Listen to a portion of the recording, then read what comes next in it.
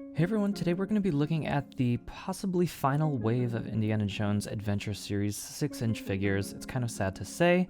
With this wave, we have the Grail Knight, Dr. Elsa Schneider, and Indiana Jones in his Cairo appearance. We've also got Ronaldo and Dr. Jurger Voller from the Dial of Destiny. I'm going to be pretty sad to see this line go. I actually really love the packaging. It's nice to see, even though it's plastic-free packaging, it's nice that it was consistent throughout the entire line. Something very satisfying about seeing all of those lined up on the shelf. Unfortunately, I didn't save the boxes, so I can't see that personally. This is such a beautiful sculpt on this figure. The amount of detail and like the armor on the hands and the legs, as well as the chainmail on the head.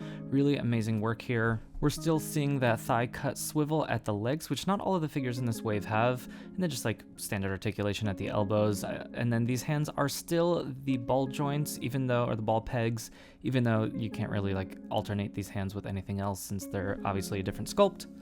The cape fits on, and it has this little peg in the back that is very soft, so it's kind of tricky to like get it into the plug here. Like even once you get it in, it was just, you could see it's kind of getting jammed up on itself there. It wasn't the end of the world. I guess that just gives it a little distance between the back so it flows out a little bit more, but I think it would have just kind of done that on its own without the need for the peg.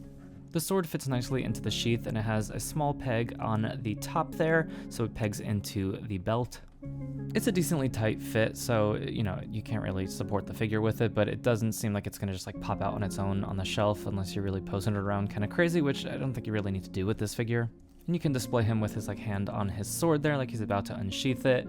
Makes the cape sit really nicely on the elbow, and I just kind of like the way that looks. You might also want to display him how he is on the box, holding the sword out like this, like he's putting a little bit of weight on it. I think that also looks kind of nice. Next, let's get Dr. Elsa open. I know a lot of people kind of wanted the alternate appearance for her, but I think this one is a little bit more action-focused. I know there were some concerns about the head sculpt, but I think this looks pretty decent. I like the way that the hair is sculpted, and just throughout the body, we don't have the thigh swivel there, but otherwise a decent amount of articulation, including that little bit of a waist swivel there where her shirt can kind of overlap her belt. That's nice to see. I hope if they ever do like a Princess Leia that they bring in that technology, so you can still have her like baggy dress hanging over the belt without losing any articulation there. It's rare that we see a head swap from Hasbro, at least in the Indiana Jones or the Star Wars lines, but it comes off pretty easily, same as like a Marvel Legends figure.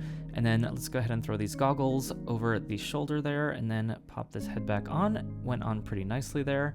Here she is with her hat, and it's nice to see an alternate sculpt here instead of just trying to squeeze that hat over the hair. I'm kind of surprised that we got both head sculpts here, considering that all the Indiana Joneses, they don't have a removable hat, and he doesn't come with an alternate head sculpt either. Be careful trying to get the goggles onto her eyes. I ended up snapping the back of the strap there, trying to get it up and over her face and her hair in the back, so just be careful. I'm here just trying to see if I can get her pose like she is on the package, and it looks like there actually is no problem getting that kind of hero pose that we see on the box. So the next is the Cairo Indy, which is inexplicably way more expensive than a lot of the other figures. It's like a 25% price increase here. There's been some speculation that this release was initially supposed to be the Mola Ram figure that I think was actually pipelined by Hasbro, which would have been a deluxe, and then that was canceled for whatever reason. And so perhaps they just had to fill that same SKU and that same space on the shelf with a quick release, so they pulled some like different accessories that had been in other figures such as the monkey, just kind of pulled this figure together last minute. Now, since we've gotten so many different indies in the line, this one doesn't have the articulated hat, so there's not much to go over here other than to just do a visual comparison to some of the other recent indies that we've had. This release just gets even more confusing when you just compare it to all the other indies here. It is so similar to some of the other figures that we've had recently that I really don't know why this figure needed to exist. So I don't really see a reason to pick that up unless you're a completionist. So I have to admit I have not seen the Dial of Destiny yet. I'm looking forward to watching it at home once it is available to do so. But these are two great looking figures here. You can see we've seen this suit many times before, and it looks like we've got a decent amount of new sculpting on Ronaldo here, and he's got the little deco of the tattoos. His hat also fits over his hair, which is nice to see, especially for this line where we don't really get much of that. And the cane is nicely sculpted, but it is kind of a bummer to see like new characters like this get precedence over a lot of the classic characters that are on a lot of people's wish lists. This also has the same ball pegs, but no alternative hands.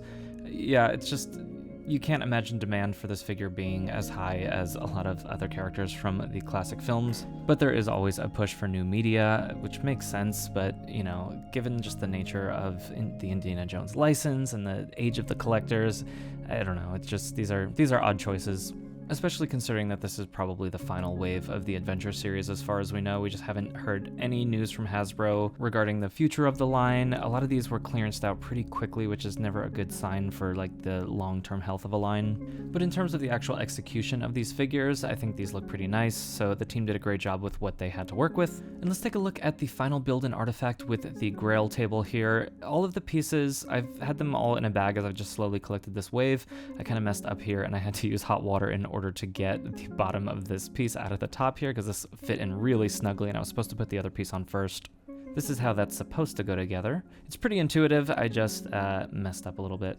Everything has like notches and pegs so you know which way things are supposed to be facing. Other than the mistake that I made, you can't really put this together the wrong way. This is just beautifully sculpted and has such nice weathering and just like the wash on there. It's not like a hand-painted level of detail, but for what this is and the price point, I think this actually is such an amazing addition. And it's cool to see that world building in that line. I wish we saw more of this in the Black series. But anyway, that is my unboxing and overview of the final, maybe not, but probably final wave of the Indiana Jones Adventure series. What a great run this was while it lasted. I probably will do another video recapping the entire checklist and just showing every single figure in this line, so subscribe if you would like to see that when that goes live. As always, thank you for watching. Here are some other videos from my channel that you might enjoy, and I'll see you all next time.